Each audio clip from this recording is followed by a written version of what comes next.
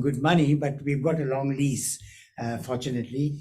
And so we wanted to use this space because if the busy people don't want to commute 50 kilometers, and there's always hazards when you try to commute to, it's either the farmers actually blocking the road, or this time it's the governments of Haryana and Delhi that are blocking the road and blaming the farmers for the blocking the road. So there's always a bit of hazard in that commute. So this is convenient and busy people can come, but we need to get up to this because, if I look around, we could all have been in Sonipat, and where are the people who are so-called policy influencers, the education secretary of Delhi or the government of India? We eventually hope that they will, it used to be said that, political scientist Rajni Kothari and an economist called Raj Krishna, both of them are attributed the sentence that just as watches are waterproof, the government of India is knowledge proof. But then, we think that at some point it would do good to policymakers to listen to what scholars and academics have done and thought about policy concerns. And so eventually we hope that we'll get there. We are somewhat optimistic that the government of India is no longer quite knowledge proof, and there are people in government who would like to listen to ideas and suggestions from scholars who are working in contemporary issues. So that's the reason why the Policy Forum exists. And I once again want to thank Naresh for taking the initiative in organizing this. And I said, we hope to build up a set of invitees and then invite people who ought to care about it, give them advance notice, and maybe go and call on them. We have to do all of that. You massage the egos of important people in government. We unfortunately, we can't offer them a Taj lunch because that's expensive. But, they may assume that we might do that and show up. That's possible. We look to all sorts of ways to make ourselves a little more relevant rather than being castigated as some ivory tower academics who don't care about the real world. So thank you.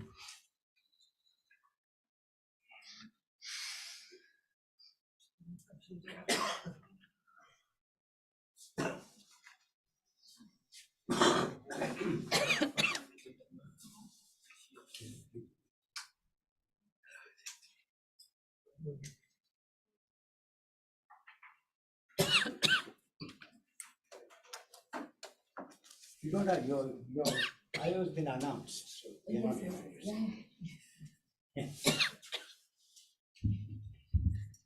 Hello, good afternoon. So the session today, in many ways, I hope also takes on from the session that we had early on. Early on, we had the session that really sort of situates the history of childhood, children's rights. Here I'm looking at a very important figure and stakeholder within the school system in the post-independence scenario, which is the school teacher. And the session today across all three panelists connects with who is the school teacher and how do we see the school teacher within the constellation of the education policy discourses. Before I start, just sort of a brief introduction of the panelists. Thank you so much to Professor Sudarshan and Professor Naresh for helping in many ways guiding the seminar series and the session. So we have today with us Angela Taneja, who's the lead at the Public Services and Inequality Policy and Advocacy for Oxfam. Angela has a vast experience in the education policy space. She's been the head of the policy at the Global Campaign for Education. She was the Essential Services Lead for Oxfam India and the Technical Director Education at CARE India. After Angela, we have Jasmeet Walia, who's the CEO of CreateNet Education. Jasmeet, again, has a very vast and diverse work experience. She previously worked in the corporate sector, shifted to work with the Teach for India Fellowship, and then is now part of the CreateNet Education NGO that works extensively with the Delhi government in providing teacher professional development and support both to teachers and also other engagements and workshops with youth and adolescents as well. So thank you so much, Angela. Thank you so much, Jasmeet, for joining us here. Before the sessions, what I aim to do, I'm primarily a sociologist and I work on education and policy and development from a perspective that situates these discourses with an insight of, as we saw in the early panel, a good insight of social sciences in policy, because I think policy, often divorced of social sciences, can not really show us a much more holistic picture of how we read policy. So today, what I'm planning to do is both take you all through how do we see the teacher in this entire discourse. We're looking at the teacher here both in connection to where the teacher is trained, that is teacher education institutions, what is the context of those institutions, and we're also locating the role of the teacher across, say, a range of education policy discussions, not just the most popular NEP 2020, but much earlier. How has that shifted and changed? And we're intersecting the teacher often with other important policy discourses, such as the Right to Education Act, the coming of the National Curricular Framework in 2005. I think often when we look at education, it's also important to look at stakeholders in education intersecting across a range of policy assemblages. So just give me a second and I shall start this.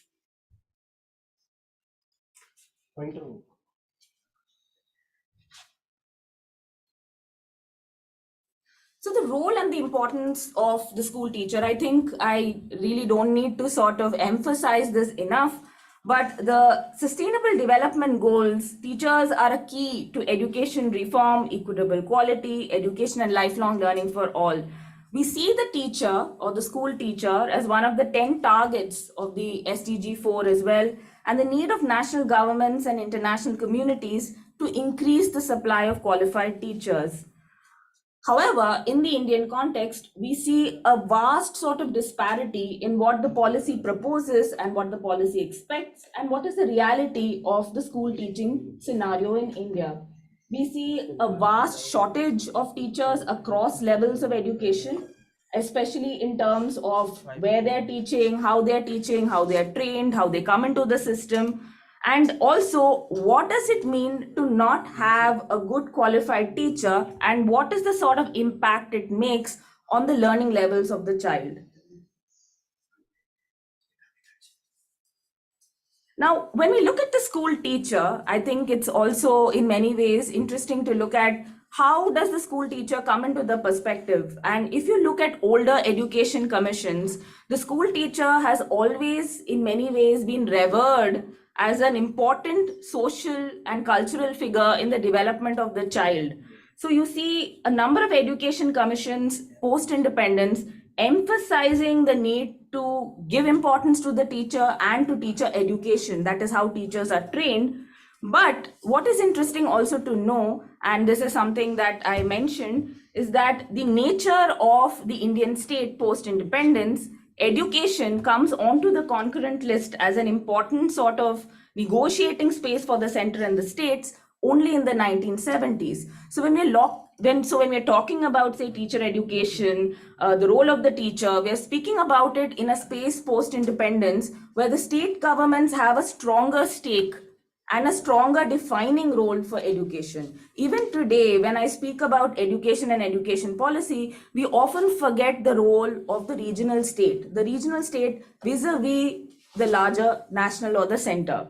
So here, what is interesting to note here is that teachers, how does one train to become a teacher? There are differing pre-service entry routes.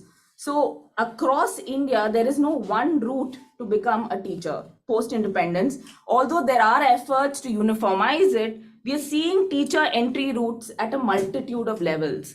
Apart from that, like I noted, till the 1970s, you see school education in a fragmented space. In fact, education as an important space to talk about, it's only higher education, that is science and technology, that gets the emphasis post-independence. So when we talk about the Nehruvian nation state and its role in setting up education, we need to remember that the Nehruvian nation state's emphasis was on higher education, on science, technology, and how it links to industrial development. School education as a space largely remains the responsibility of local state governments, and here there is a wide variation across state governments in the ways in which they have emphasized and worked on education. And as we can see from the earlier panel, we do see that the southern states do extremely well in education because there's a precursor in the colonial government as to how local governments have been investing in education. In fact, that takes a huge sort of emphasis even post-independence. So many a time when we look at education levels and indicators, we often forget the role of history and how that shift has been made with regard to levels of school education. Now, the focus post-independence, as I said, was largely on higher education. Now, up to the 1970s, school education is operating in a highly fragmented space. What do we look at? How has the government emphasized or worked on strengthening teacher education or strengthening the role of the teacher? It is only in the 1980s, in the Chattopadhyay Commission report, that we actually see school teachers and teacher education coming up as an important space. And it is the first time that the District Institute of Education and Training, the DIET system, that is a precursor to the B.Ed. So now training for education or Bachelor of Education degrees are diverse across the state. But to uniformize it and in many ways talk about teacher education as a much more stable entry uniformized route, it is only in the 80s that these structures are spoken about, and structures to be set up from the local up to the state to the national level. So a range of bodies in many ways. That discussion starts only in the 80s through the Chattopadhyay Commission report. What also is important to note is that how have governments fared in providing teacher education? And here what's interesting to note that there is actually a high level of unregulated growth of teacher education institutions, largely in the private sector, and the government or the state's role in teacher education is very low or minimal.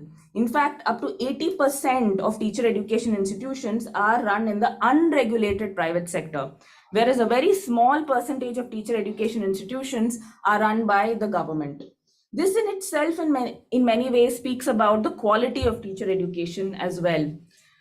When we are talking about how education emerges as an important topic, international development forums, it's only in the 80s and 90s that we see a plethora of very varied civil society organizations coming in to talk about education as a right.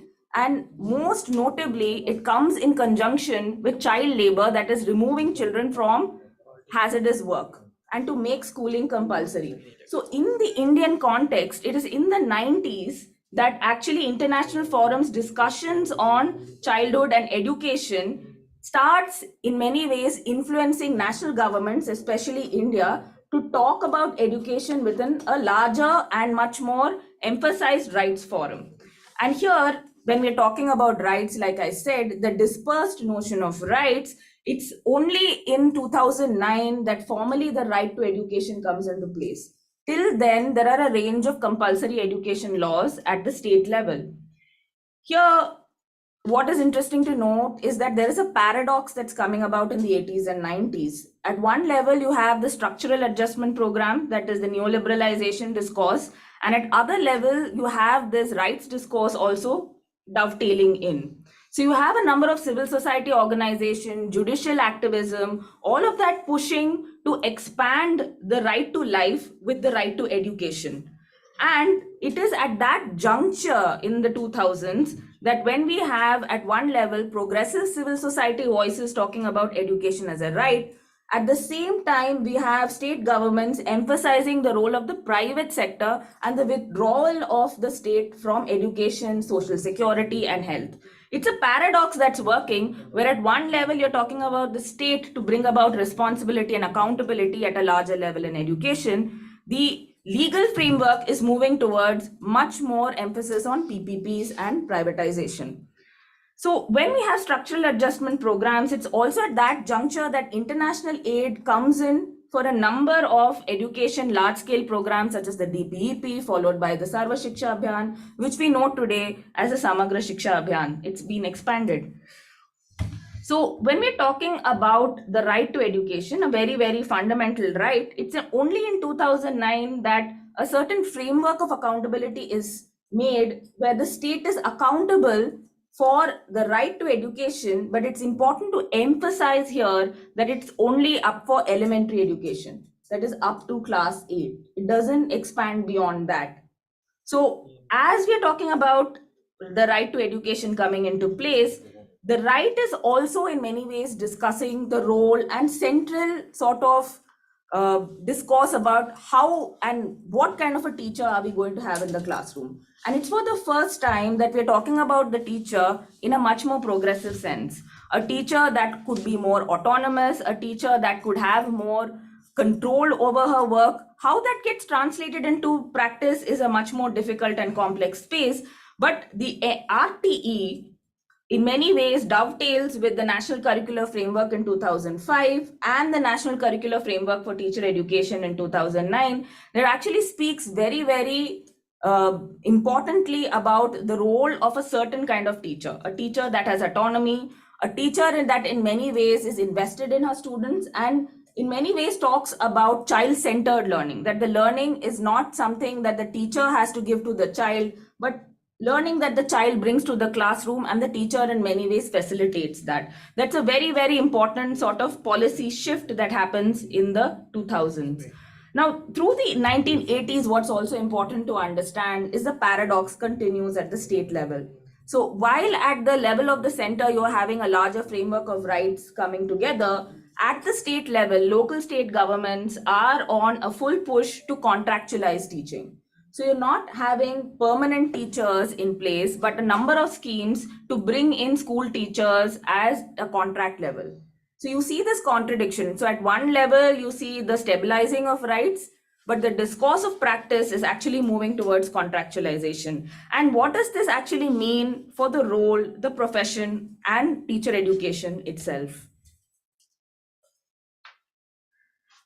You also see new modes coming up about how to enter schooling. So, sorry, how to enter the teaching profession. So you have something like the teacher eligibility tests.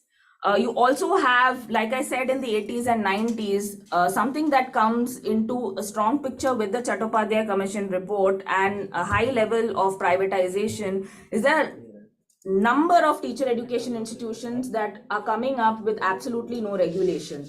So the Justice Verma Commission report of 2012 finally, in consonance with the NCT, talks about standards that teacher education institutions need to maintain. What does it mean for locating the teacher education institution that's often also in many ways seen as traditional, as backward? It's also seen as a space that is cut off from liberal and multidisciplinary environments. So there's a big call really to take the standalone teacher education institution within the multidisciplinary liberal education environment, that you need to have, say, B.Ed programs within a liberal university space, because it cannot be that education or pedagogy can work without an interaction with other disciplines and other environments. So this is the first time that you're also talking about teacher education in a much more broader space. Now, when we're talking about the NEP 2020, which comes after the 1986 National Education Policy, which was revised a little bit in the 1990s, we're looking at how are we talking about changing the course of the teaching profession and of teacher education, and what does it really mean for bringing about accountability for this profession and this figure of the school teacher. So one of the main emphasis of the NEP 2020 is to move towards an integrated pre-service teacher education program. Also to note that a form of this teacher education program already exists in certain regional colleges as well, teacher education institutions. But the idea is that you needed to make an integrated program where a person becomes a teacher over 4 years, doing a BA, a B.Ed or a BSc B.Ed, but not that someone would have done, say, an undergrad degree program and then afterwards wants to enter teaching and then takes the teacher education program. So there are these multiple routes, but there is the move in some ways to standardize the entry to the teacher education space. It's a difficult thing, whether that can be done or not, because it also means in many ways engaging with the teacher education institution that's often existed as a standalone institution and not within a university space. So that's another thing. But something that I think all of us are familiar with is that teachers need to be updated with technology. They need to be using technology more in their teaching learning engagements. Is technology a tool or an aid for teaching, or is it something that comes to script and take over the teacher? I think that's a much more complex argument to have. But the idea here, again, is to bring technology in many ways into the classroom and into the work of the teacher. The other very important thing about being a teacher is that teaching is an unending exercise, and we do need to have something like professional development. Or I think some of us are very familiar with the mechanical teacher professional development workshops that some of us may have been a part of. But the idea of it is to be a lot more engaging and to actually get you to question your pedagogy, your curriculum, and how you're teaching. But what it ends up being is a much more mechanical process.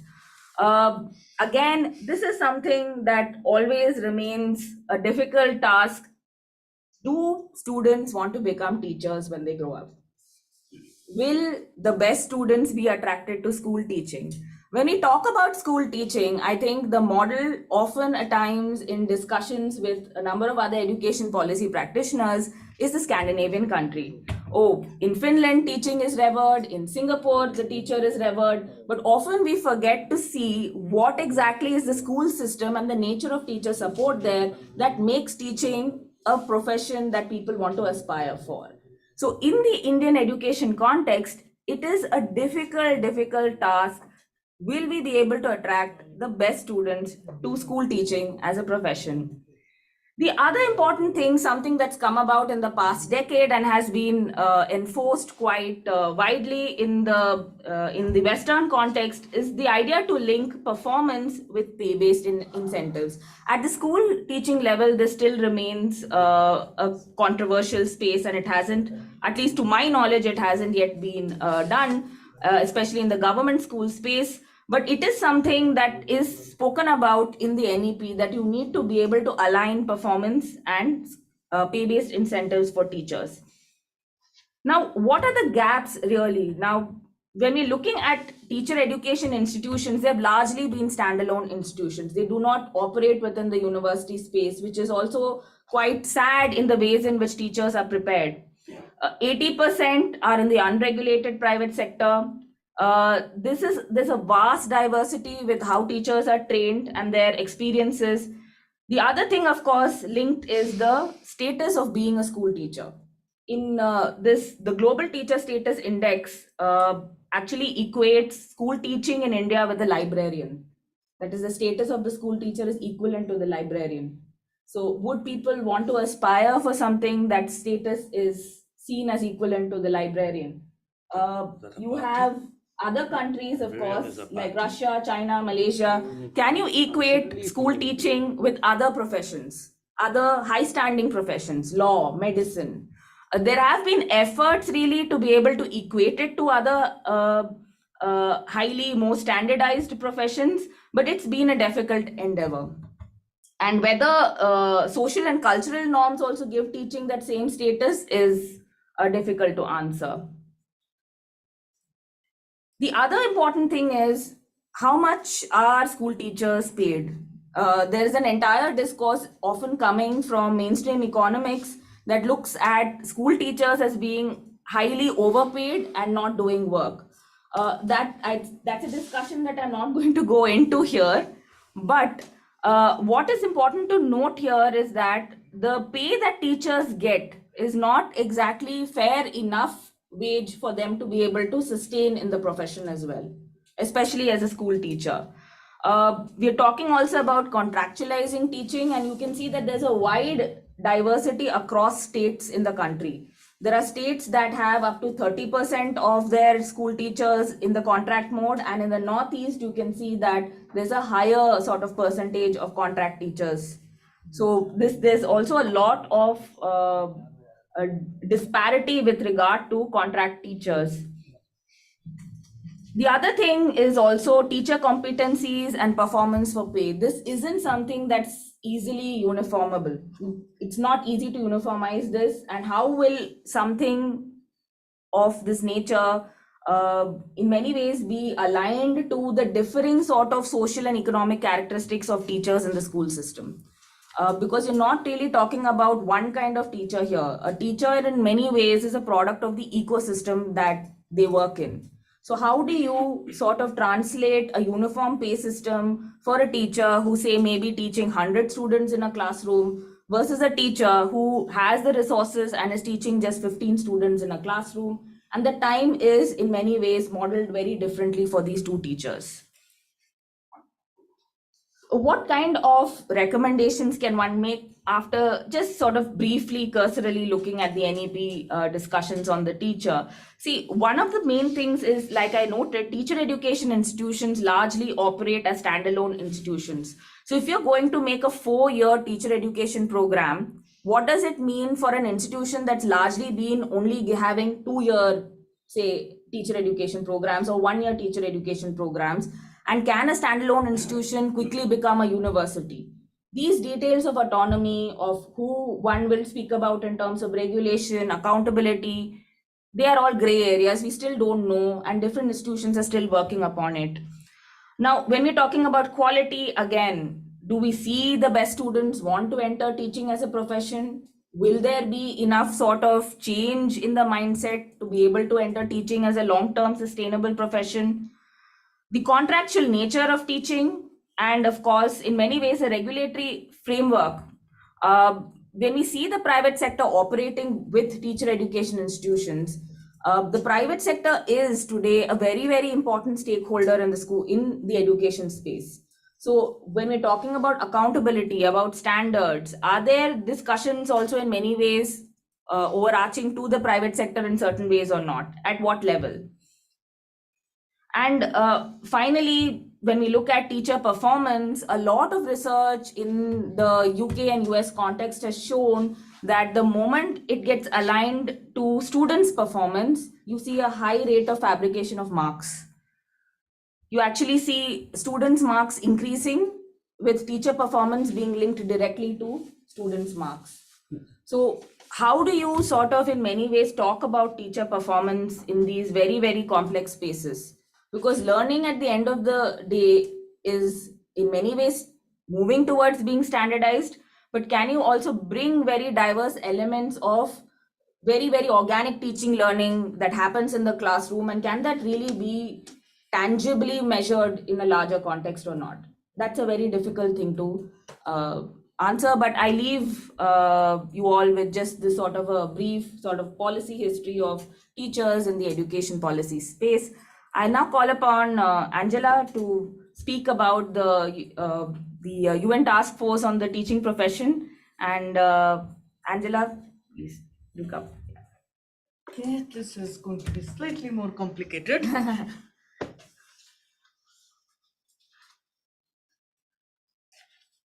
So I don't have a PowerPoint, but I do have a bit of a cheat sheet. So I'm an activist, therefore, based on several years of experience, I guess the last time that I was enthused, do I really need the mic?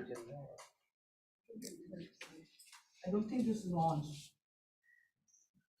Yeah. So I'm an activist, so therefore I'm over time become less of a practitioner and more of an activist. So therefore that's one lens from which I look at things. We do fortunately have a practitioner speaking afterwards. The other point of view is fundamentally I am looking at this from the context of the NEP, but Surprisingly, as a policy person, I've slightly lost faith in policies.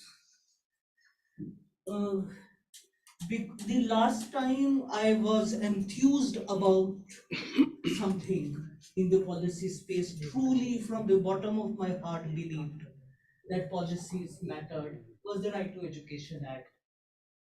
Because we thought, maybe naively, it's something that's rooted in the Constitution of India. It had a constitutional amendment had to happen for the Right to Education Act to be introduced. So therefore, maybe somewhat naively, I thought that the government would make sure that implementation would happen. We all know it hasn't. Therefore, it is, having said so, the NEP is still important because it is a statement of intent. But intent and action are two completely different things in a state. When it comes to the any state, and especially a state that's equivalent to a continent when it comes to India. So therefore, this disclaimer at the outset, it's a moment of change and churn in the sector rather than a policy that the government is committed to implementing. So therefore, unlike it, don't like it, not an awful lot of action is happening on the basis of the NEP. Which is bit of a pity, because as far as the NEP is concerned, there may be lots of things to criticize about the NEP, but it was the chapter on teachers was pretty good. So therefore, unfortunately, probably a bit of a lost opportunity, but here at least the stated intention is the best of intention. Why am I talking about this random UNESCO thing? Because it was the UN Secretary. So I'm looking at the NEP now is partially because in the context of the reality of India, but also in terms of what's the global standard to which the global system seems to feel has to be aspired to, which is where this random UN thing comes in. What is it? On Monday, the UN Secretary General had created a high-level panel on the teaching profession. The report came out on Monday, this Monday. Therefore, it seemed like the most updated global Wala framework on which one could, which frame one could look at from the point of view of what should be the status of the teaching profession in the context of this movement, historic movement of churn in the sector. I've said this pretty much on every stage when it comes to the NEP. It may have, irrespective of what is in the text, and the text this time isn't terrible as far as the teacher bit is concerned. Assume that the best things have to happen, and assume that this is the NEP says it, and push for it from an advocacy lens. It doesn't matter what the document actually says, because our own government doesn't read its own document. Disclaimer out of the way, rather longer disclaimer than I had thought I would give. What is the context of the report? The context of the global report was around the shortages and the large numbers of unqualified teachers, which seems like a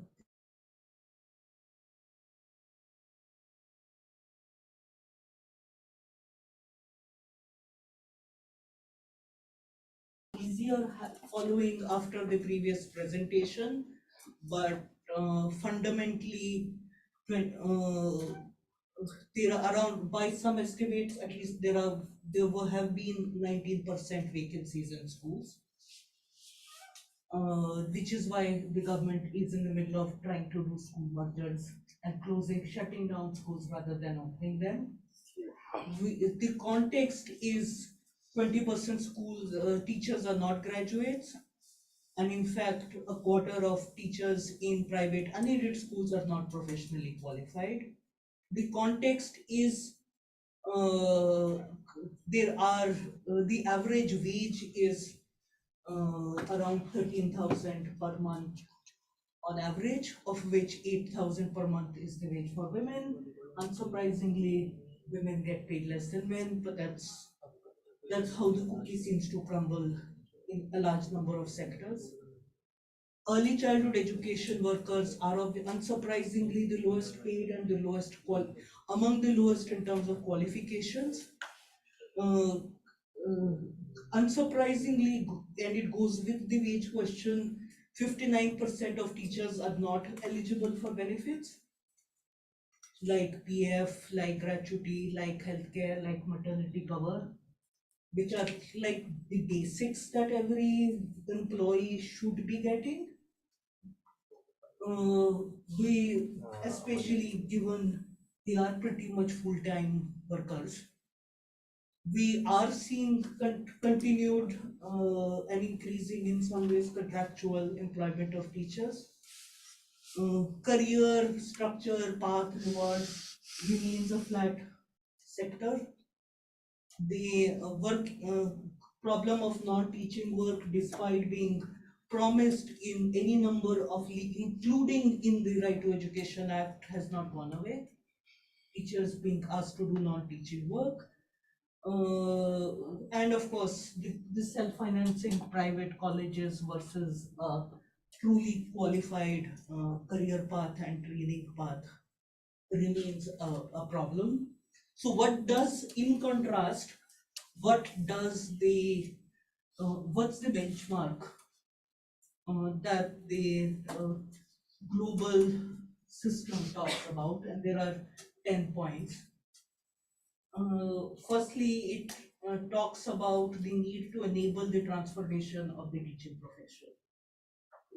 The recommendation is to have national commissions for teachers, strengthen teacher management systems to ensure all educational institutions, what is the anticipated demand for recruitment of teachers.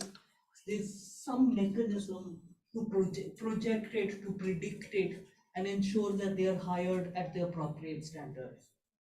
Secondly, it talks about investing in teachers by paying competitive salaries and providing incentives. As in, if you want a teacher to truly go to a rural area in a tribal belt, then you need to make sure that the basics that are required, like a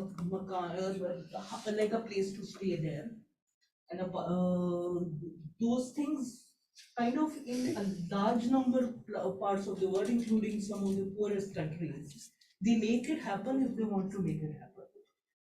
We've somehow not been, that's another one of those recommendations where we seem to, which are common sense, but we seem not to be adhering to common sense.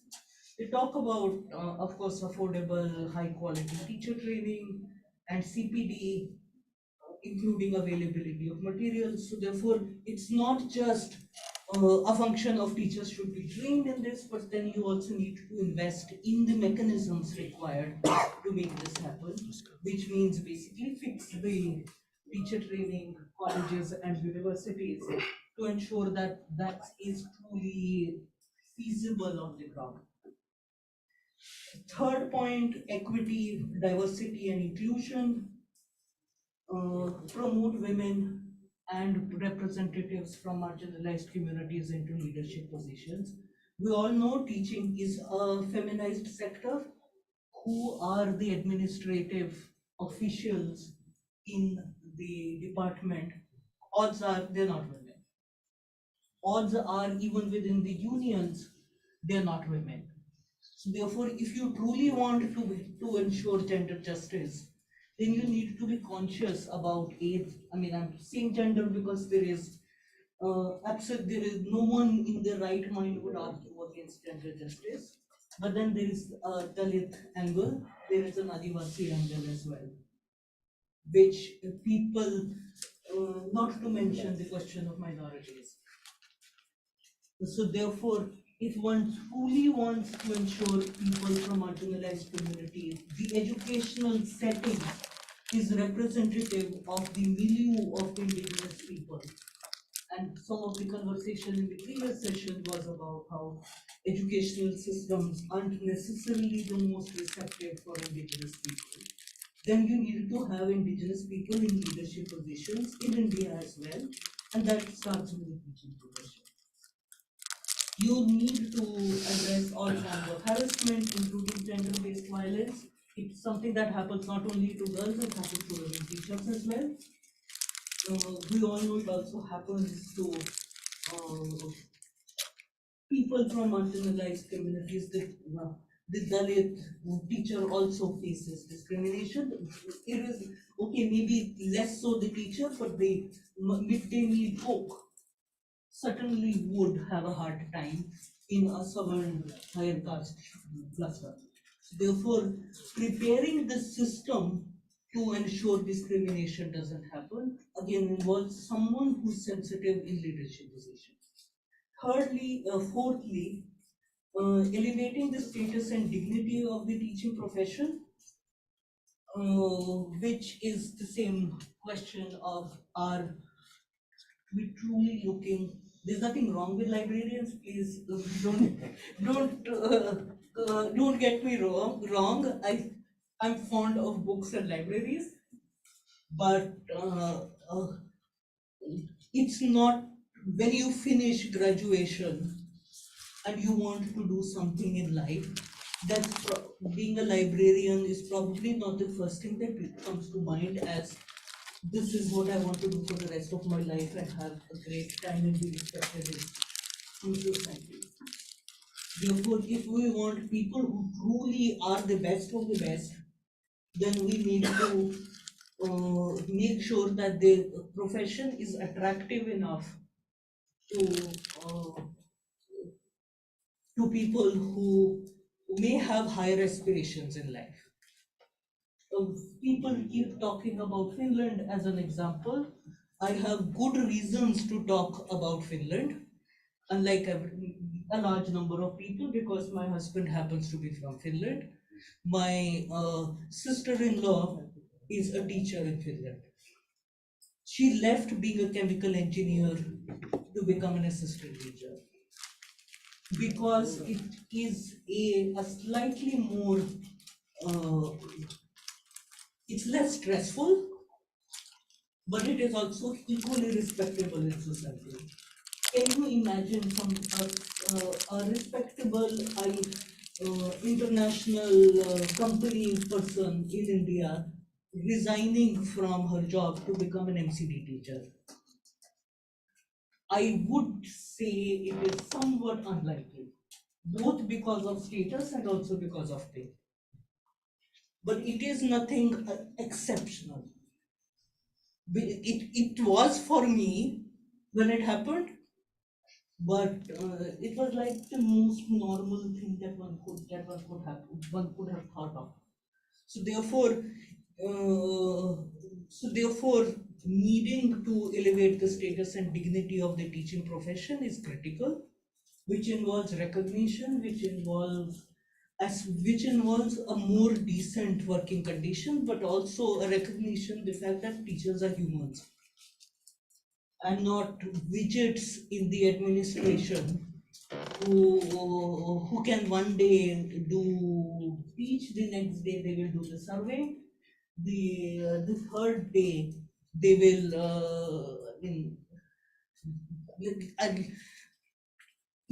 we've had teachers do some really strange surveys, which shouldn't be mentioned in public. A couple of years back in Haryana, for example, they've had real things that one should not be having a professional doing. I mean, okay, we've had teacher supervised open air defecation. We've had child marriage being tracked. We've had, I mean, some of this is understandable, but fundamentally there are better things that professional educators can be expected to do. Uh, so improving quality and fostering innovation of teaching through the training and lifelong learning, which means it has to be publicly funded, not this 80% private business. It has to be at least a degree that all teachers are educated to. Early childhood educators are kuch bhi chalega. Any woman can take care of kids. Therefore,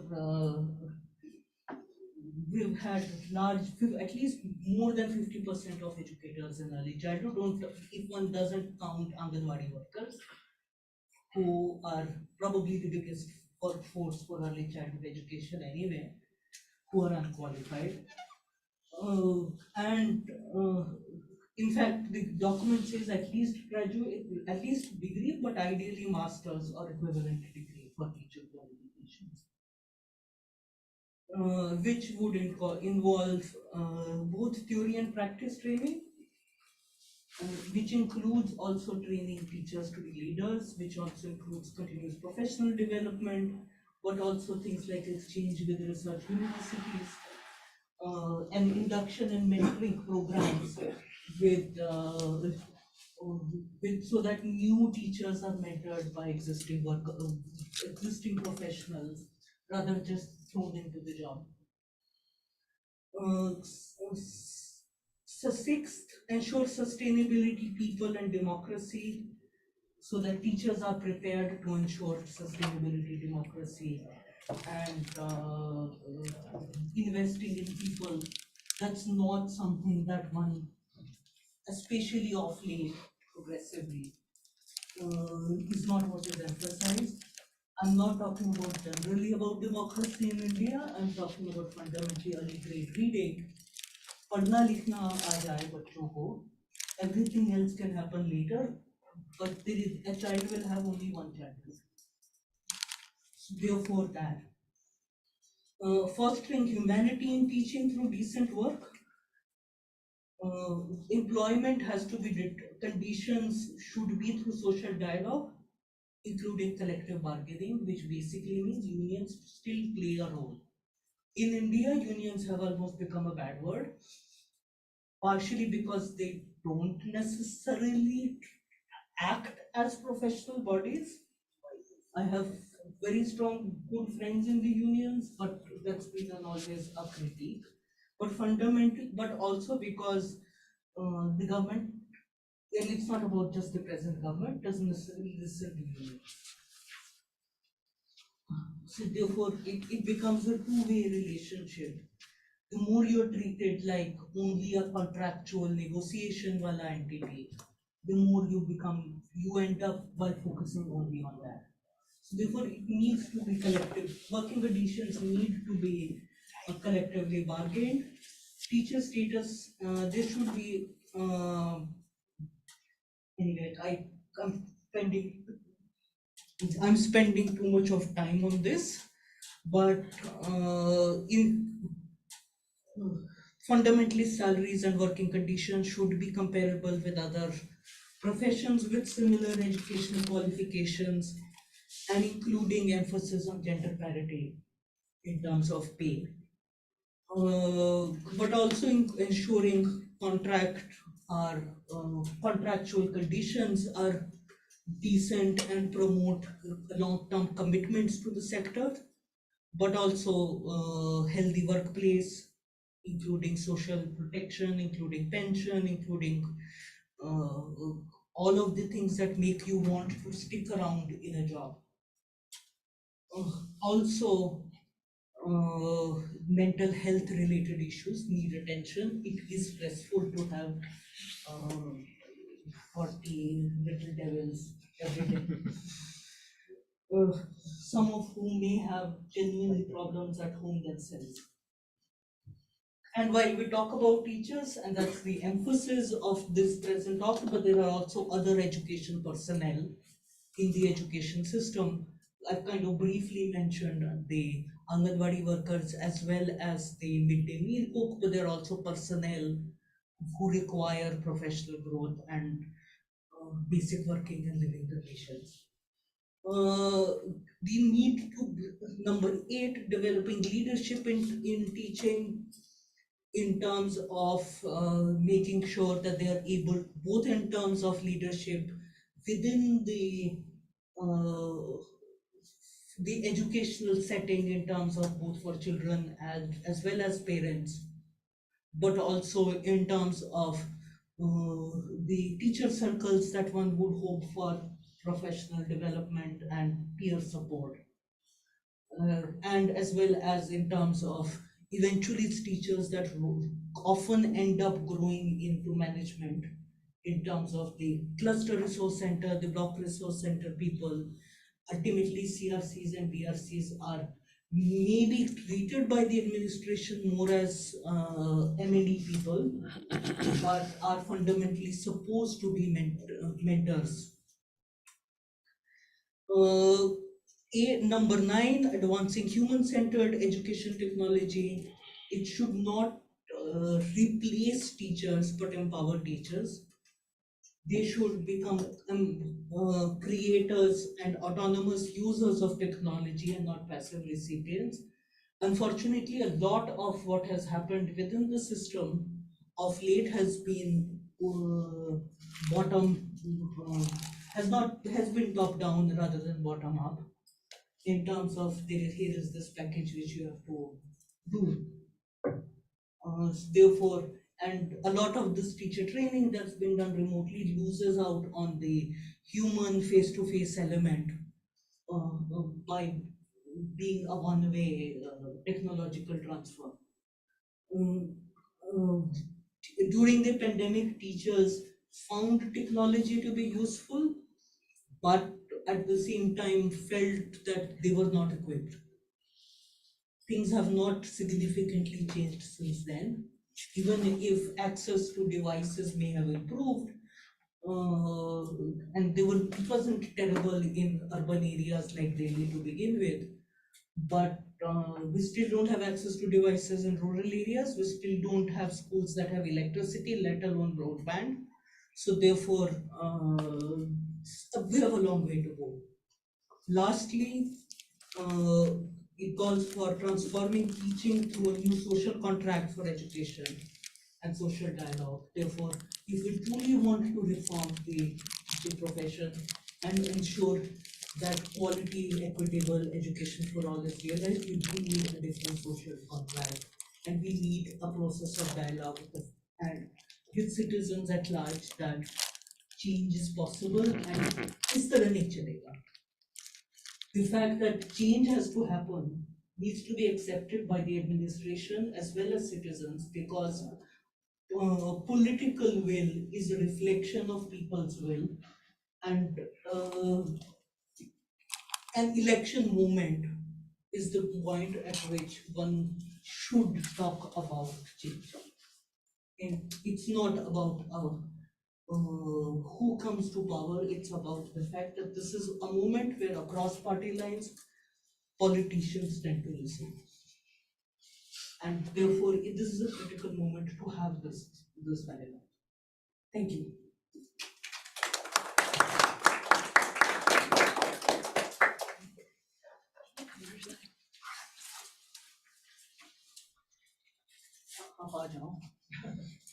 This table is for one person. Okay, join, continue. No, that's okay. Can I use this one? Yeah. If I can move this, I can also see.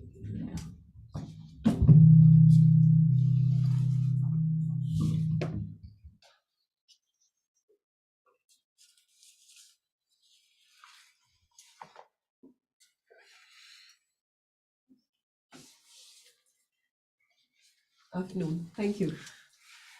I'm going to share a bit of context about who I am and where I'm coming from, to give you a sense of where the voice is coming from.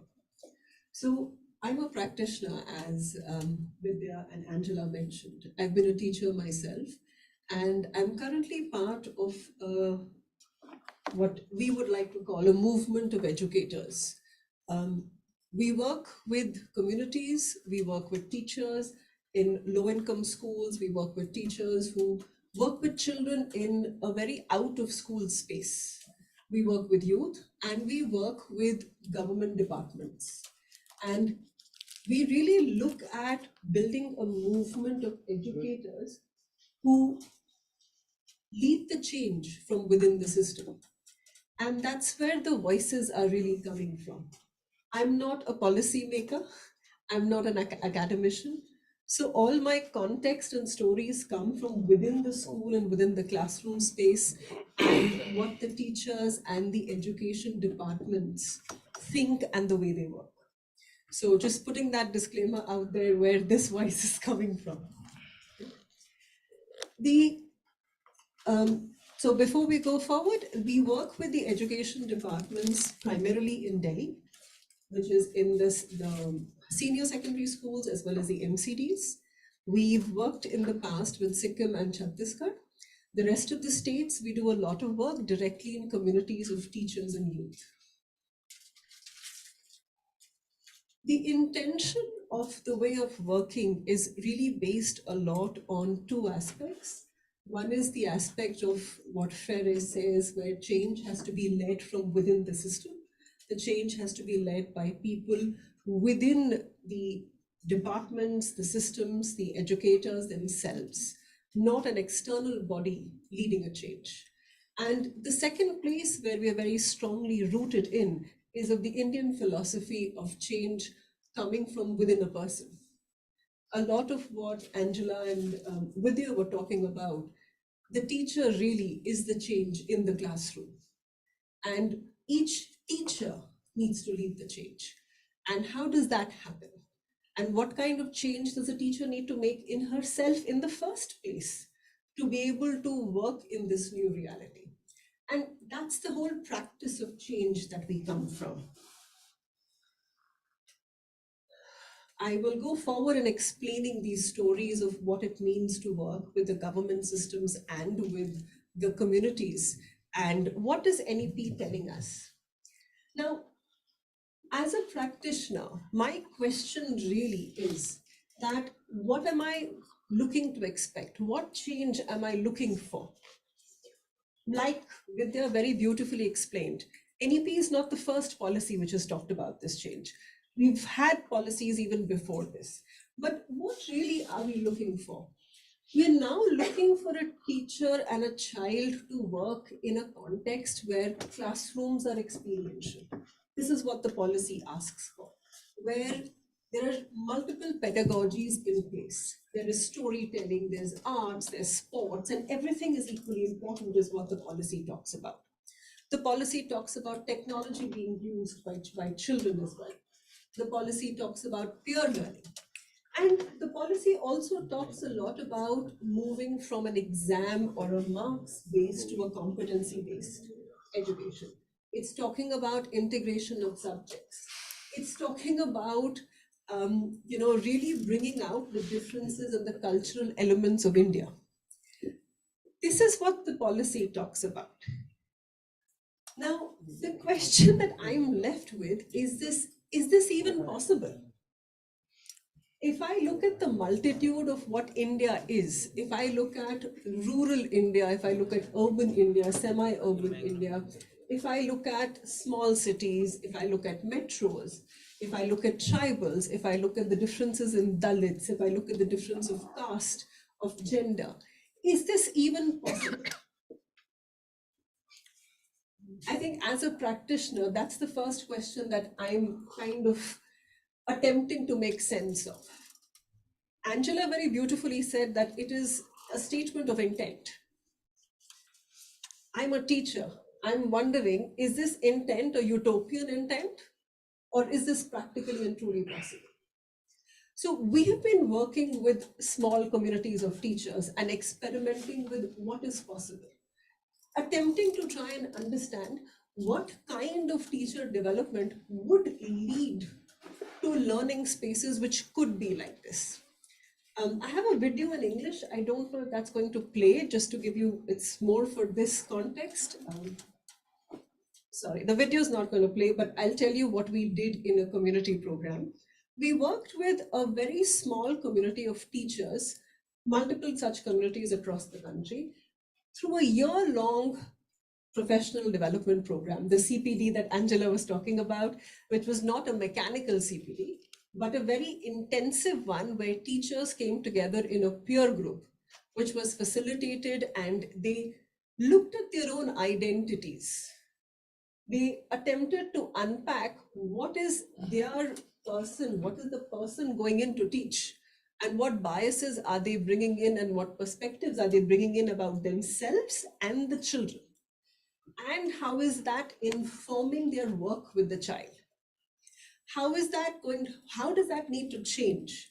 So a lot of soul searching, skill development, exposure, peer support, and accountability between them to look at what has changed.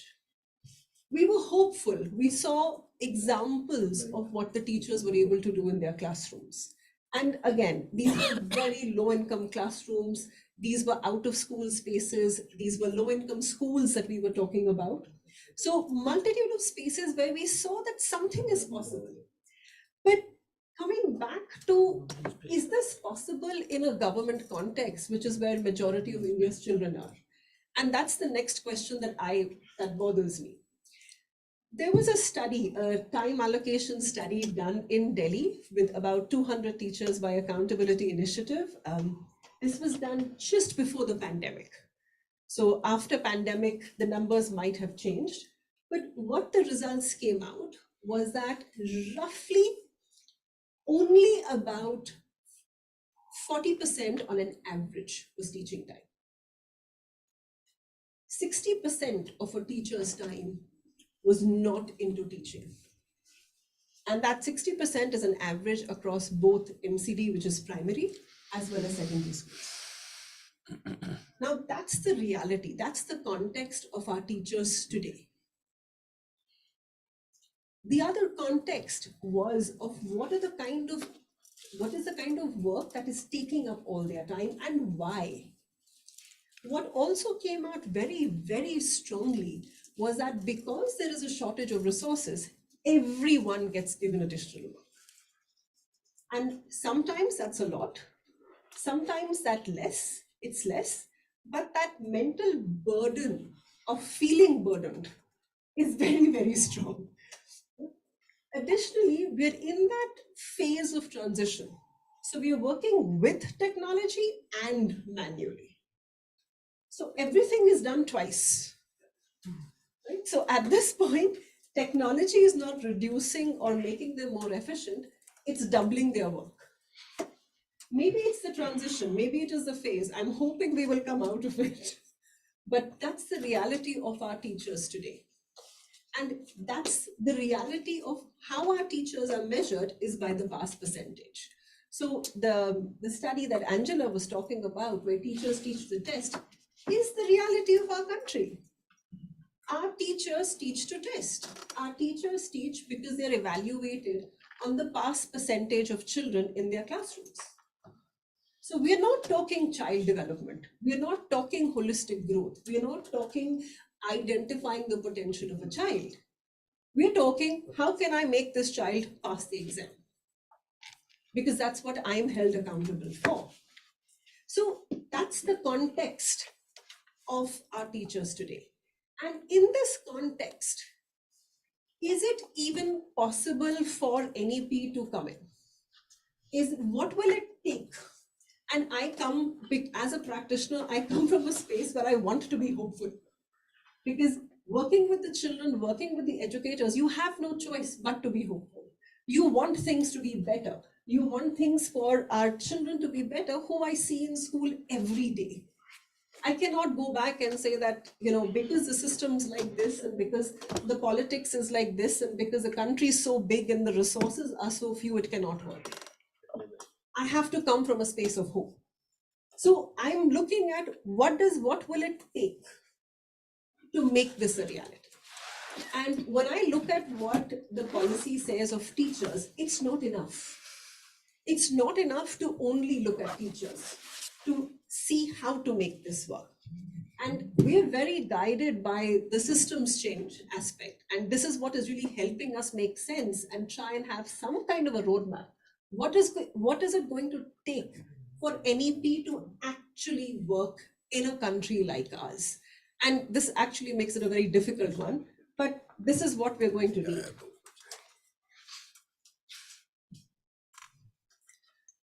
The policy aspect is there, right? But this is only the national policy. Are states actually accepting of this policy and actually going down the road of implementing? Like Angela said, at this point, it's lip service.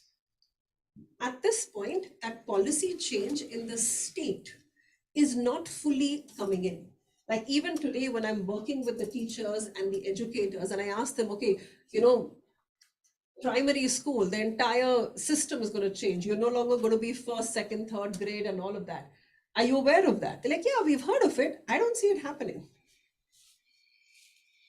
So is the state accepting of this policy to implement is the first aspect of need that we will have to make this a reality. The second, and I will jump to resources first, is the money, the funding that a state allocates to education. If we need an NEP to come into place, we need more funding. It is not going to work if the funding given to education is to look at, okay, we cannot pay for teachers, so let's bring in contract teachers. It's not going to work to say that we don't have enough classrooms, so let's run 2 shifts of school, and both of whom are overflowing, and the second shift has children who are wanting to run away from the school. We need the funding. It's pretty much like a no-go without which the actual vision and idea of NEP is not going to happen. Then let's look at practices. These are actually the processes that are there in the departments to make things work in an education system. The current processes are nowhere even close to what is required for an NEP. And all our processes, from recruitment to promotion to grievance redressal to salaries, everything needs an overhaul. So looking at those things as very, very structural elements of change that are required is literally a no-brainer. We need those in place to even start talking about the vision of NEP coming into play. I next look at the relational aspects. In today's context, there is no autonomy that a teacher really has. So the teacher is told what aspect of syllabus to cover in what scope of time. We have education systems where even lesson plans are going to the teacher. So we're looking at a change to an NEP context where NEP is talking about giving an autonomy to the teacher. As a system, that changes the entire power dynamic. That changes the entire relationship between what is happening in the classroom, the school, and the educators above that, the administrators above that. And is that element of systemic change something that we're even aware of? Is that something that we're even working towards? So that's the next element of what is required for NEP to come into play. And the hardest one, which is the mental models all of us have and we work with. We were talking about identities. We were talking about gender. We were talking about caste. We were talking about the economic strata that our children and our teachers and educators come from. Yeah, even today, if you bring educators into a room, very, very subtly, you will see the gender come out into play. And this is as good as last week. We walk into a CPD going on of principles, and I walk into a session where you have all the men sitting on one side and all the women sitting on one side. And it's just a very natural phenomenon. So breaking all of that, we can't do that with children if our educators are not conscious of it and able to break that. So all of these identities and these elements of mental models that we hold first need to be questioned with our educators. And that is where a CPD, and not the mechanical one, but the actual soul searching, skill development, agency building, autonomy giving CPD is required, not just at the level of the teacher. Because if it happens only at the level of the teacher, there is not going to be any change. That CPD is actually required in the whole system. Because the administrator will otherwise still walk into a school and say, there is so much noise. Why is there noise in the school? In today's parlance, an educator's, an administrator's, a principal's idea of a good school is a quiet one, where there is no sound, because that shows that you have discipline. It also shows that the children are not engaging, not participating, but that's okay. So these mental models need rework across our system. We've experimented with a little bit of this, and I want to show you that.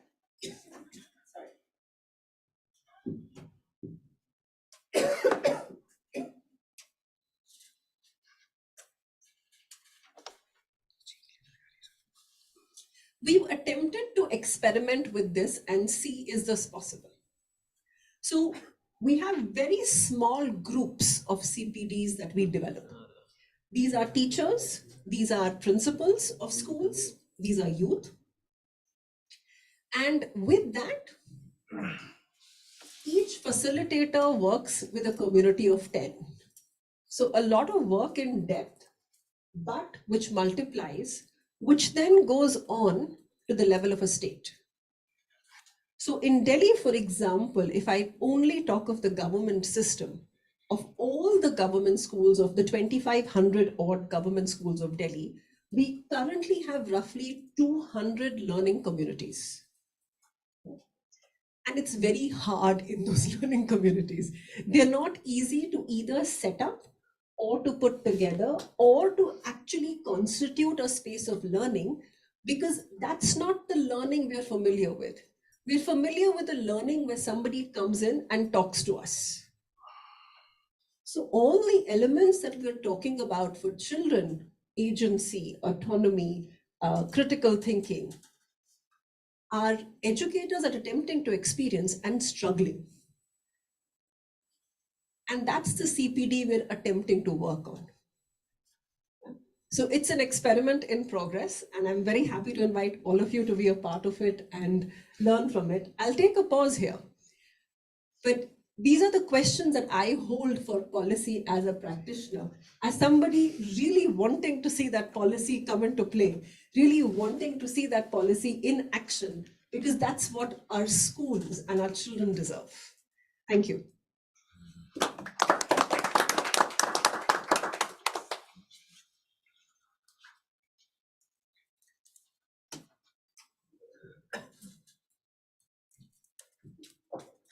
Thank you, Jasmeet. So we can have a round of questions. Anyone? Yep.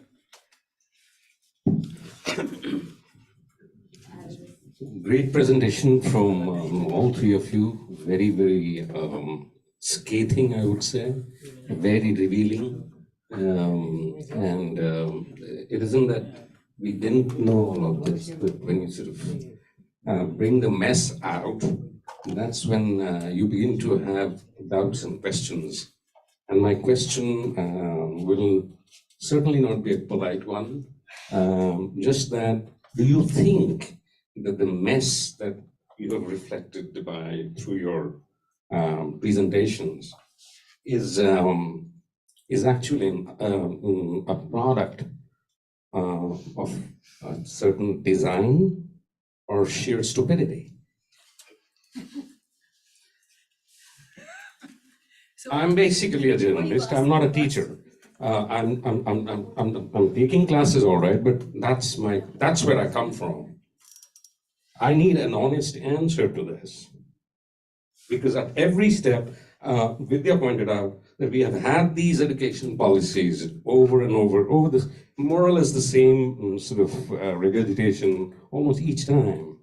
But how is it that we don't get it? So, what is it? Is it by design or is it sheer stupidity? That's my question.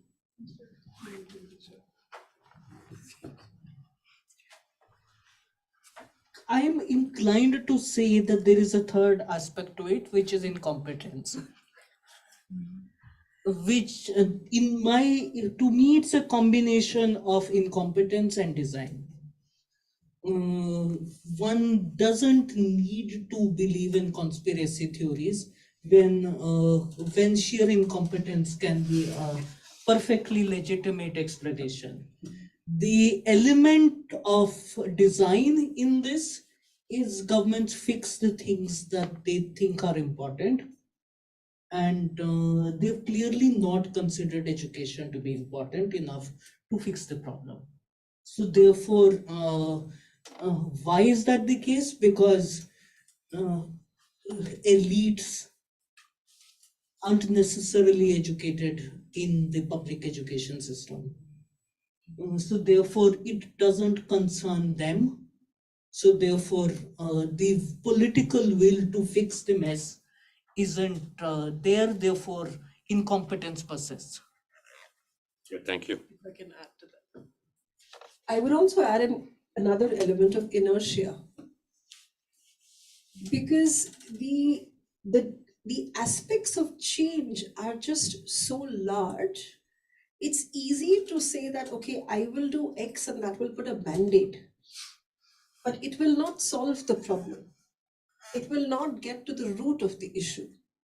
So a lot of things that we end up doing in the education sector by departments, by organizations as well, are band-aids because they're easier to do versus actually tackle the large scale and the issue.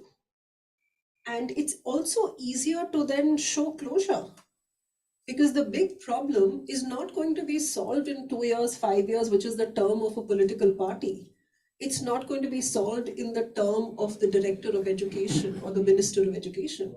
It's going to take longer. And having that will and that aspect of wanting to change, I think inertia does a lot of the job as well. You're going over there or? Yeah, thank you so much. Like I'm feeling that some people are working on teacher, and particularly people are care about teachers. I'm a research scholar from NIPA. I'm Pavitra. Obviously I have worked as a teacher as well as teacher trainer also in Telangana Social Welfare Society. I'm working on teacher policies, teacher quality, teacher leadership towards students' outcomes. So when I was looking at UDICE data, obviously it is made by NIPA, just now it is done by Ministry of Education. There are like more than 26 crore students are there. From there, in primary level, 1.45 dropout rate is there, and in secondary level, 12.61 dropout rate is there. And if I see, and if I tell about teachers, more than 95 lakh teachers are there. Question is, how inclusive our teaching force in terms of teacher education, teacher knowledge, teacher agency, and teacher profession.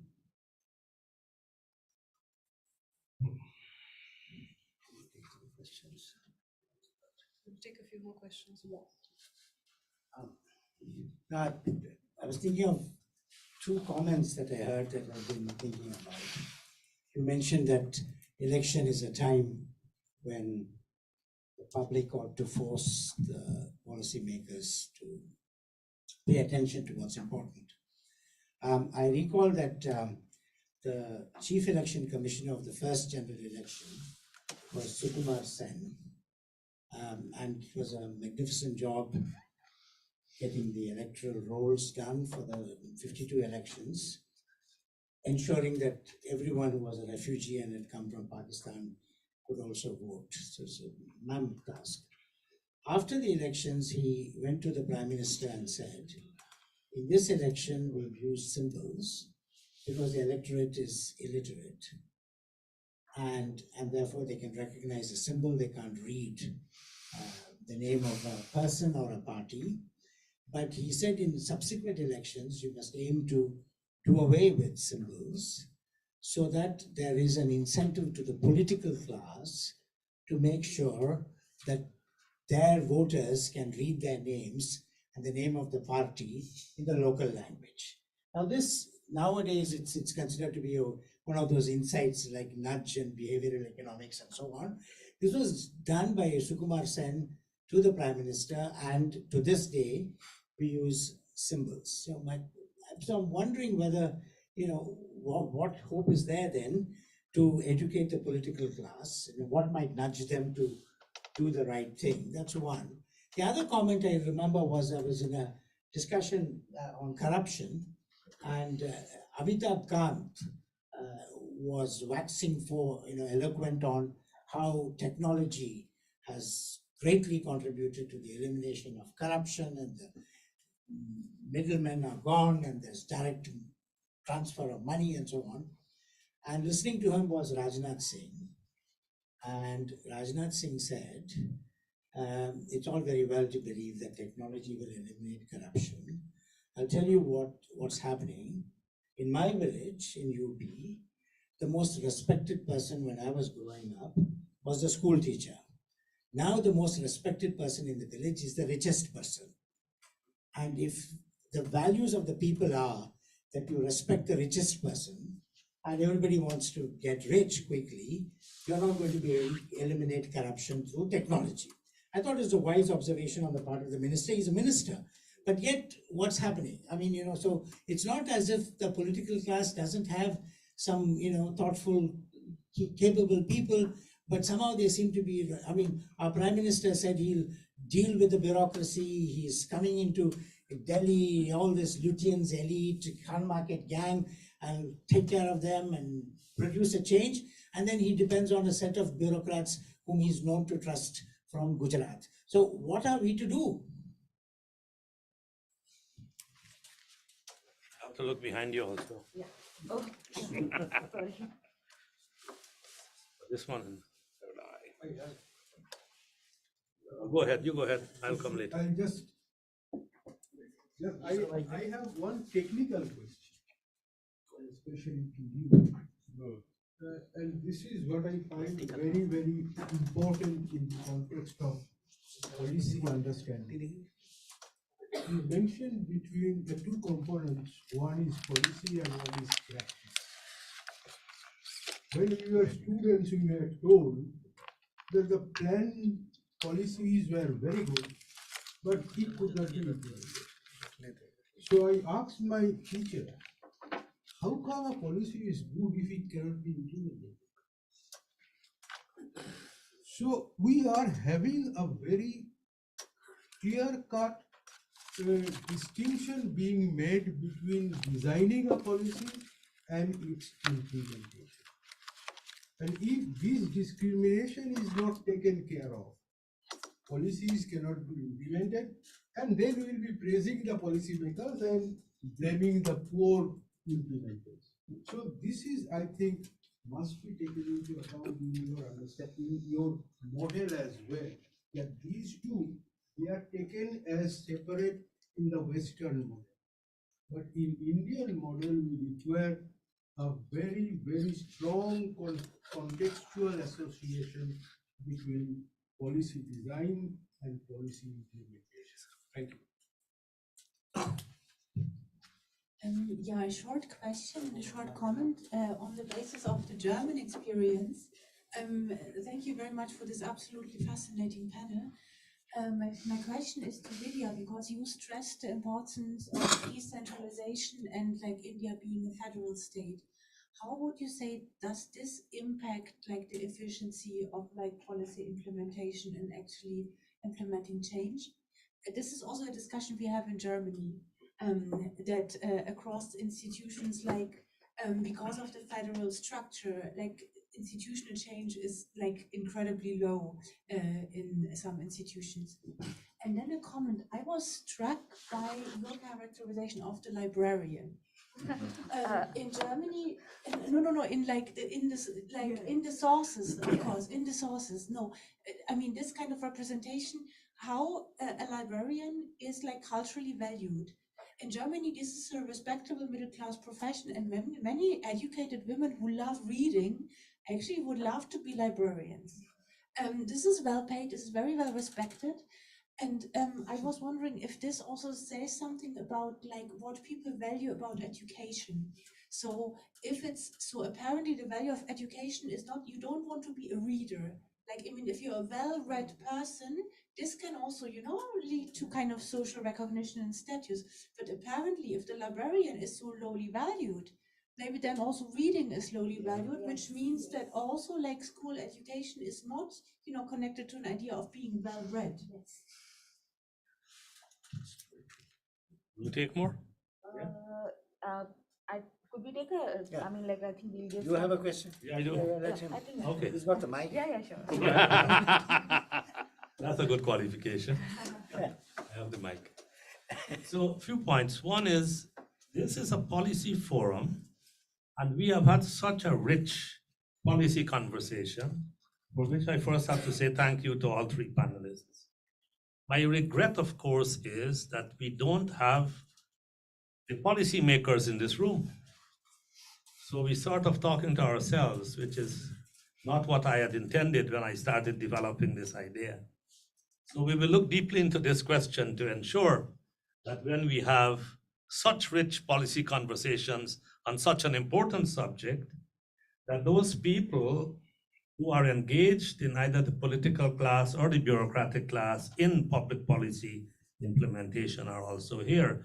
But I'm hopeful that the live streaming might get some attention, or that we are able to utilize the recordings appropriately. And we will turn to you, panelists who have, I'm sure, partnerships and connections that we can, going forward, engage with the policymakers, because I'd hate for all of this rich conversation to be lost. So and like Angela, I think, mentioned that she is losing faith in policy. Sudarshan and I run a school of government and public policy. So obviously that is of great worry to us.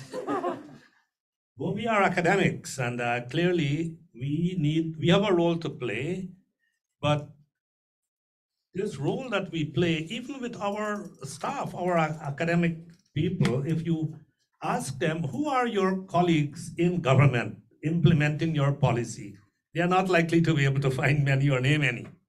So that is a divide.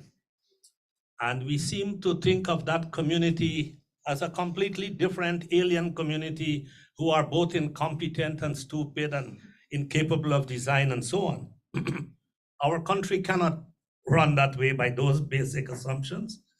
And to come to conclusions of that kind, while valid, we need to go a bit further.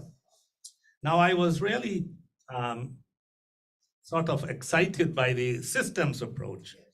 So not only are we talking about a system, we are talking about a complex system. And I would hasten to add, very few people in this country have considered complex systems, let alone, Peter Senger's very basic systems approach that he has developed long years ago. And we are now teaching complexity and public policy and the challenges of uptake and so on, but not very many people engaged in this work. The education system might be an ideal example of a complex adaptive system. And that design is the design that probably will help, like you are suggesting. Now we need to partner to make that happen, and we'll be happy to do that. You talk about self.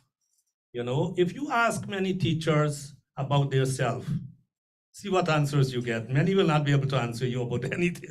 They have not thought about it. They have not been educated. So we have a cycle, no?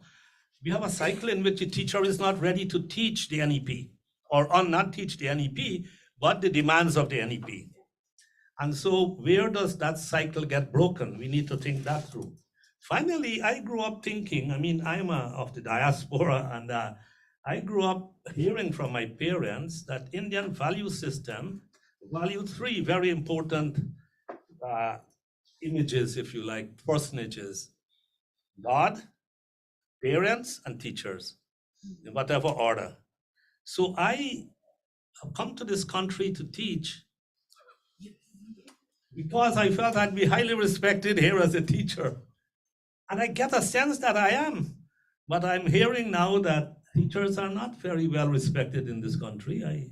I find that like a dissonance. Where am I missing something? Is it true that teachers are not respected? I don't know if that, how, can somebody explain that to me? That's Rajnath's question, yeah. Two more questions if you want. We do a round of like Maybe they can answer that before it's too much. So I think I'll try and answer what I can from the very rich questions that have been posed here. To Pavitra's question on teacher profession, teacher agency, and teacher knowledge. Again, I'm speaking from what I have engaged with, like say Professor Vimla Ramachandran's work.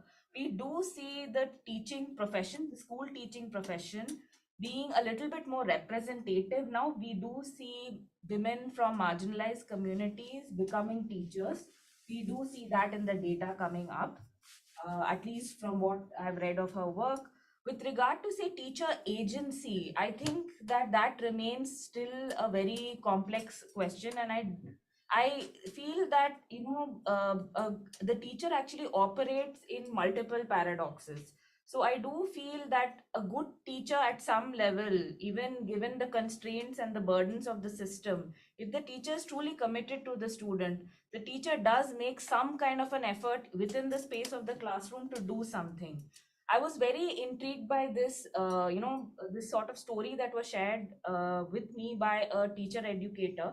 I mean, this is a person who teaches in a government school in RK Puram, a school that largely is, the social composition is of students coming from marginalized backgrounds, from socioeconomic weaker backgrounds, and he teaches in the ninth standard, the ninth grade.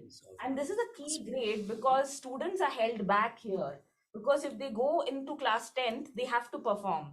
Because otherwise, the pass out rate becomes a problem. So, this becomes the stage right after the RTE, because the RTE governs only up to 8th standard. So, ninth standard, you get a massive number of failures in the school system. So, he was telling me how his aim there as a social science teacher was largely to just get these children to write. His aim was that they should just get 50% in the exam. He didn't have any other high aims because they were not able to even write. So his effort over there to just get them to write was to first get them to talk about themselves. Writing, reading, it has a deep emotional sort of connection. So to just get them to write about their lives, their experiences in the home. And he slowly made the effort to connect that with the textbook, with learning social sciences in the classroom. And a number of the students performed very well. But he was a very realistic teacher as well. He didn't believe that they were all going to get 98% or anything. But the aim of a committed teacher here, while we can think about in very large ways, was a very simple exercise to just get these children to connect and to write. So I often find a lot of value in being also to state that while teachers are extremely burdened and the system has to in some ways change to make their lives better, a truly committed teacher in some ways works in very diverse capacities for their students in the classroom. So I would say that teacher agency systemically doesn't really operate. They don't have that agency, but in varied capacities, they do work for their students. Teacher knowledge, this is a very difficult question to answer because I think a lot of the teacher knowledge depends on experience and their training in the system. And when the teacher education training system itself is so flawed, teacher knowledge is something that really needs to be worked upon, which I think, Jasmeet has spoken about how teacher professional development, getting them to access resources becomes an important thing to think about. Regarding, this whole thing about political parties and political will, I mean, in the time when I was doing my PhD, a party came to power solely by speaking about education, which was the Aam Aadmi Party. So, I mean, when we're talking about education and the shift in political will, what the Aam Aadmi Party is now, I will not comment on. But the whole thing was that the entire premise of the political will was on education. And what they have done again in the Delhi school system, I will be cautious in commenting about it, because when I speak to teachers in the system, they offer me very diverse pictures. But they have definitely been able to do this performative idea of making education this big thing. You know, the infrastructural performative visibility in some ways has been quite accomplished in some ways by the party. And the party went to Kerala, of course, and there it tried to sell education, and everybody was like, I mean, this is something that's a given. I mean, why is a party coming from the north to tell us about education, right? So, I mean, we're also talking about different social and, you know, cultural contexts here. With regard to the whole question on decentralization, again, I'm not fully, you know, sort of familiar with the discussion here, but I can say that in a state like Kerala, which I am familiar with in some levels, a lot of policies that have advocated decentralization have also had teachers working very actively with communities in getting them to not just work on, say, school education aspects, but also have community participation with regard to a range of aspects. So there I feel that the role and the position of the teacher is in some ways linked to that school ecosystem of that particular region. So also to say that teachers are a big part in political party campaigning, are a big part in many ways in a number of corrupt practices as well in a number of states.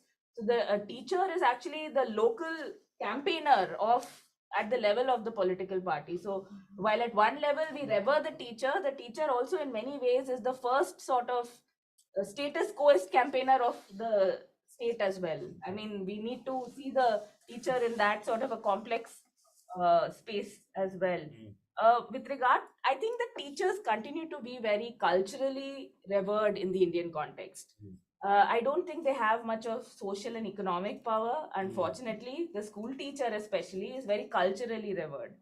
But socio-economically, I wouldn't say much. Yeah. It's the segmentation bit that So, if you are concerned as someone who's running a department, literally my designation is public services and inequality policy and advocacy lead. So I have my own thing of being a policy lead who's losing faith in policy. Uh, uh, the within policy and practice distinction, I think it's the other way around. The Western assumption is in a lot of ways that policy and implementation go hand in hand. Governments will, if they introduce policies, they will implement it. So therefore, a lot of emphasis is to get good policies on the assumption that once you enter into a decent governance system, something will get done by the administration. Unfortunately for us, that's a false assumption. Therefore, there are reasons why governments adopt policies, because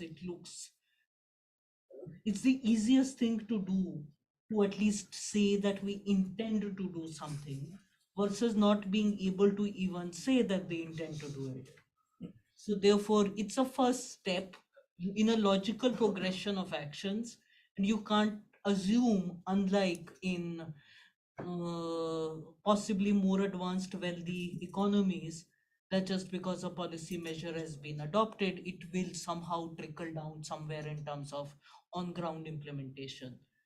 Maybe it is the resources of the state and its therefore capacity, which is a difference, but there are also cultural and other factors. Decentralization,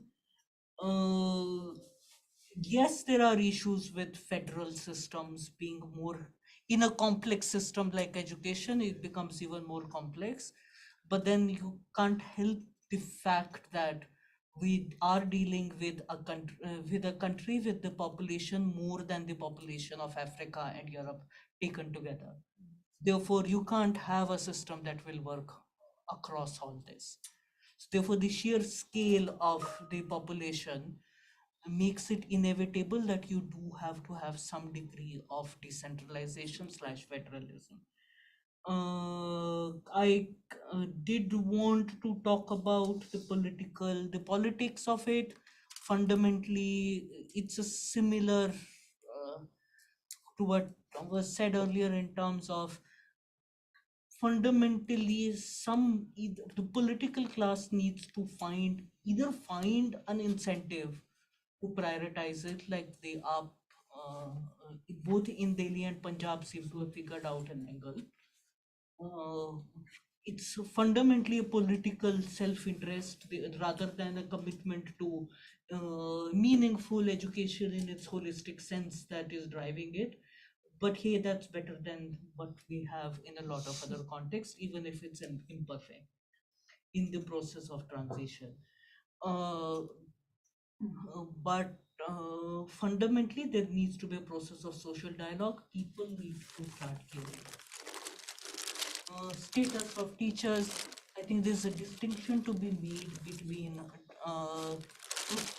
tertiary education and para-teachers in village schools. The teaching profession is not a homogeneous entity. And while there continues to be a fair amount of respect for tertiary educators, speaking also as a daughter of a retired IIT engineer, IIT professor, so therefore the respect that one gets as someone who is from the Indian Institute of Technology professor is very different from when you say you work in the government. You work to reform the government system in rural Madhya Pradesh. Therefore, there are differences. I'll just add a few short comments to some of the questions. One that seems to be a common one across is, what will nudge politics to do the right thing? And over the last roughly 8 to 9 years, what we've seen is, while education is not a political agenda for a lot of parties, but what we have started seeing, and maybe it was the optics of Delhi that kind of nudged it, we're actually seeing greater, it's not commitment, I don't want to use that word commitment, but a greater investment of time or intent into education across states. Is it the right intervention that is being done? Is it in the right method? Is it towards the right resources? All of those are different questions. But there is suddenly more intent that one is seeing in education across states. All parties, all states do not have education as an election agenda yet. And I think that's the movement that all of us need to be a part of to make that an election agenda. Policy and practice, how do we bring them together? One of the things that we've been advocating for and attempting to work on is having practitioners be part of the policy making process. And typically having a school teacher or a principal or an administrator part of the policy process is looked down on, at least in India. And that's, I think, a big part of the policy change that we're attempting to work on, because unless the practitioners are part of that drafting process, we will have policies that are not going to be implemented. We have to do the reverse as well. Get the policy people into the classroom. Absolutely. And I think that is what I was actually reading about, how in a lot of countries that's been made into a practice where policymakers are going into the classrooms to actually understand that before drafting policy. And yeah, that's definitely part of it. हमारा class लेनी पड़ेगी. There was interaction, Absolutely. but the self-organization was missing. But that's a caste system. That's Monte Kaluvalia, an intelligent man, any policy that he makes by definition must be good. The lowly fellow down there is, what is he? So we have that hierarchy to Teach my course online. Hello. Thank you for the presentation. So I have two questions.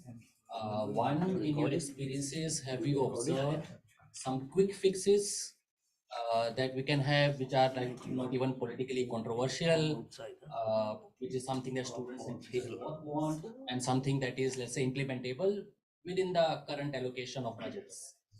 So are there some low-hanging fruits that we have been missing? And if there are, what are those? So that's my first question. And second is relating to the teachers' performance assessment. So one thing that you mentioned is the metric that we use for the assessment is students' test score. We link teachers' performance to student test score. So my question is, do we have a blueprint of what an ideal teachers' assessment framework looks like? Because not everything about teachers' performance is quantifiable. So what does an ideal framework of teachers' assessment look like? Thank you. No, are you taking on the question? My name is Devesh, and just like ma'am is practicing, I have been working at a lot of schools like the Mayos and the Vellums, and also with the Teach for India and government schools. So ma'am was saying that policy is not being able to be implemented, and then you come along and say that, look, self has to be transformed because the outside structure is not able to change the consciousness of a human being. So you want consciousness to come into the picture. Now, ma'am, I have seen educators at top schools where they're so identified with the idea of being an Indian or being a Hindu and so on, that their aspirations are our children should be able to build weapons for the DRDO, or why is there so much of refugees which are coming into Delhi who are Muslims? Wow. So now my question is that when we say that we need teachers who are qualified, one is that what do we mean by qualified? Do we really need to understand what is the actual meaning of qualified and change, so that when those teachers are teaching at schools, then we have the children who are coming up, the best children you're talking about. What do we mean by best here? Is it only the intellectual supremacy we are talking about, who are clever and divisive? Or are we talking about compassionate human beings? And how do we make students and teachers compassionate so that tomorrow when they make the policy, that policy is not fragmented anymore? So the first step being that awakening of intelligence in the human being who is now going out as a teacher, politician, wherever they are going, they are responsible, compassionate, good teachers, good politicians. So is that the first step which we are missing in the society today? At the same time, I'm just adding on to this. With Naresh sir, I'm teaching a course at Jindal University, and we call it Sustainable Development Policy and Applied Spirituality. So what we are doing there is that we are teaching the future policy makers on how to end the self, so that when they go out, they are not fragmented or identified. And so I think that could be another step where sir was saying to bring policy makers to school, so that the self or mental models that you have been talking about could be changed. Thank you. Hello, thank you so much for the session. I found it very wonderful. I have a question for Mr. Smith. I was really fascinated by your model of change, and I really liked how you started that it starts from self, then goes on to group, system, and school. My question is, how do you come from a place of hope when the environment around you, tangibly and systemically, is not conducive to yourself? Like, my mindset, the one that I've adopted and the one that I have, and my skill sets are there. I want to serve the community. I am a qualified teacher. I'm a passionate teacher. I will give you some context. I'm working as a teacher, as an assistant teacher, in fact, at an international school in Delhi. We have a teacher-pupil ratio 1:7. My passion there is safely cushioned and preserved because I feel seen, heard. There are so many resources. I have a professional development fund. I'm not comparing what that is, but I feel that our government schools need teachers like me who can bring in knowledge, the quest for knowledge that I have as a young teacher. But I have so many family members who are working as government school teachers, as low-fee private school teachers, and I see hints of passion. I absolutely see that 60% of their work is not teaching at all. How do I leave this place of comfort? how do I know I can bring the change in myself, but I know the environment is not going to be conducive from what I already have. Thank you.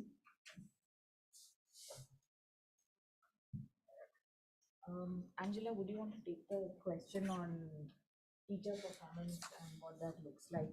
Or is I think it might be better for a practitioner in a lot of ways. Other quick fixes, low hanging fruit, and probably not, because if it is a systemic change, then what might be a quick fix may not be what's needed.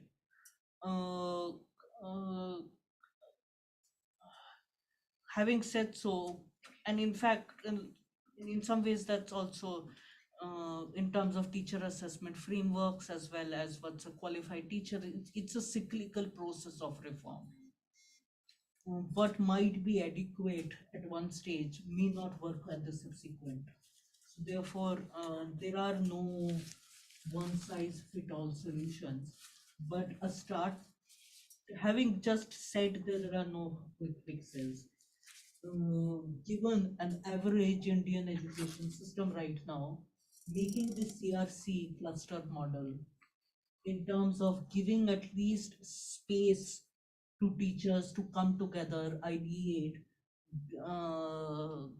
have their bhada session once a month of venting about the problems that they have and attempting to find some kind of solution is to me, I don't know if it's a low-hanging fruit, because it isn't, but that's probably a starting point in terms of, and it's not a quick fix, but it's the start of a fix. Teaching assessment frameworks do exist. Fundamentally, if you value things beyond learning outcomes, then they need to be factored into whatever assessment is followed. So therefore, everything from sexual reproductive health, status of girls, to mental health of students, to everything, there are people are ingenious. They find ways of tracking everything. So therefore, there are in this big word that of someone or the other has attempted to do it by now. Qualified teachers need to be more than just academically qualified, goes without saying. Thank you. So coming from the government space, there are lots of quick fixes that we want. So one of the easiest ones, which is also the most visible one, is that of the infrastructure. Right? And let's talk with the most basics of having clean toilets, having a cleaner. That's one of the most basic and simple ones. And typically it is something that most governments will start with because it's easier to see. It's easier to do very, very measurably. But that's really not enough. I think the other one, which is not really a quick fix, that would make a huge difference is actually the technology support, not at the level of the school, but above the school. So the state departments that collect the data, because what's happening at the school is that the school is being burdened with doing the same work twice. Entering data on some technology system and keeping it manually and giving it manually. So I think for me, that's one of a low-hanging fruit. If we can just get them to stop the manual part, can you imagine how much time we would kind of rescue of the educators? It's literally like they're dying under that, and especially because a lot of them are technically challenged as well. So it takes them longer to do. So while they need support, they're still trying to do it twice. So these are some, what I would say, quick things that do need to be done to start things moving. What you talked about, teachers and principals and educators coming together to vent. We do see that happening, and we do in the sessions that we do, and we do see that making a difference for them. They literally walk out like, okay, at least I've gotten it out of my system. It's not solved, but at least I've gotten my frustration and my stress out of me. So there is some way of handling it. I'll come to the teacher performance assessment. While there are many frameworks, I think the NEP is actually looking to set up an entire body to do this. So I'm waiting to see what's going to come out of this one. It's supposed to look at professional development. It's supposed to look at not just professional assessment of the teacher, but also the growth path of the teacher. That's one of the intents of the NEP to put in place. So I'm really hopeful. I'm wanting to see what will come out of it. And I think an organization has been set up for it. I haven't seen any output yet. The point that you were talking about, sir, about schools like the Vellums and the Mayos and all of that. Teacher consciousness, you're right, is the hardest one. And that's what we talk about the self. That's what we talk about having to work on and unpacking all our layers. Now, it's not a one-off thing. It's not that I will enter into a course, I will do it for like 2 months or get a credit for it, and I'm done. Layers of myself keep unfolding throughout my life. And it's just a part of constant questioning, dialoguing, unpacking that as an educator I need to do, because I bring that self, that consciousness into my class with children. Cognitively, I might be aware, and I will, all educators will say this, that all children are equal, they have potential. But when I walk into a class and I'm teaching, a lot of my unconscious biases play out. And that's normal. So for me as an educator to start seeing and questioning that just takes constant work. It's not a one-off. Is it important? Yes, it is. We need to be bringing all of that into our CPDs. It cannot be left to one side.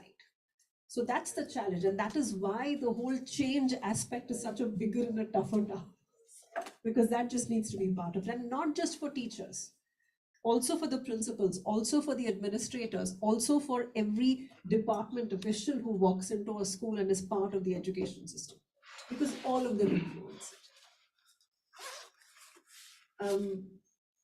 I'm very curious to know about that course that you're doing at Children, the one about the sustainable development policy and applied spirituality. So I'd love to engage more with that later. And coming to, I think, the most important one for me, as a teacher, how do you come in from a place of hope? You know, when you walk into a school and you see these bright children with the sparkle in their eyes, you don't have a choice. They might come from families where they don't come in the best dressed manner. They don't come in the most beautifully done hair or cars. But they're children at the end of the day, no? So when you're working with them, when you're dealing with them, you don't have a choice but to come from a space of hope. You can't just say that, okay, nothing's going to happen for you. It's an entire generation. How do we get people like you, amazing people like someone with the skill and with the intent? Part of what I'm hoping will come out of the NEP is a better pathway for teachers. And I think that's what the policy is looking to put in place. Culturally, we revere teachers, but socioeconomically, we don't. So until we are able to do that in the government system, it's going to be hard. But you know what? In the government system, I do see people with passion still doing it, even in those difficult socioeconomic conditions. There was a principal in MCD who was talking about how she's managed to reach out to the community, and one of her biggest achievement a month ago, she managed to get someone to give 2 sets of warm winter clothes for all her children in the entire school. So yeah, there are people doing that. There are people taking that extra effort to do what is right for the children. So yes, I do find hope in that.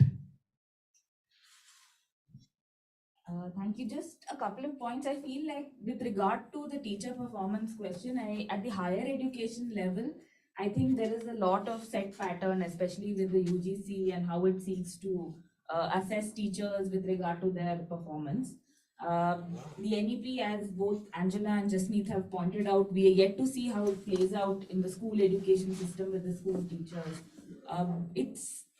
The question that you were raising about teachers' consciousness, I think it also really comes from teachers bring their prejudices into the classroom. And there is a lot of research really even to see how teachers teach social sciences. And a lot of the teaching of the social sciences is their personal belief systems being embodied as, as evidence and as fact. And that is really also goes to say very deeply about the position of social sciences in the Indian school hierarchy system. There is a very, very low hierarchy for social sciences in general, when the absolute, higher up is science and maths. So when you see people teaching social sciences itself as something that anyone can teach, and also something that I think most people may be aware of, that teachers need not be qualified in the subject that they're supposed to teach in many government school systems. You don't need to be qualified in social sciences to teach social sciences in a school system. But although it is required, by the qualification states that you have to have a master's in science, etc., to teach high school level, you are not finding teachers with that qualification skill set. So anyone is asked to teach anything in the school system. So it also really says that something like disciplinary knowledge, qualification, teaching, which is so interlinked, is not really done or implemented in the way that it is in the school system. So I think we've way past our time. So thank you so much for coming, and I hope this session was interesting and useful to you all. Thank you. It was. I'd also like to note that the Jindal Journal of Public Policy has a special issue this time, and it's calling for papers on various articles or research on the National Education Policy 2020. So if any of you are working on areas linked to the National Education Policy 2020, please do write in. You can write to me. I'll connect you to Dr. Manini, who is part of the... And these are flyers. I'll just distribute them. Yeah. Yeah.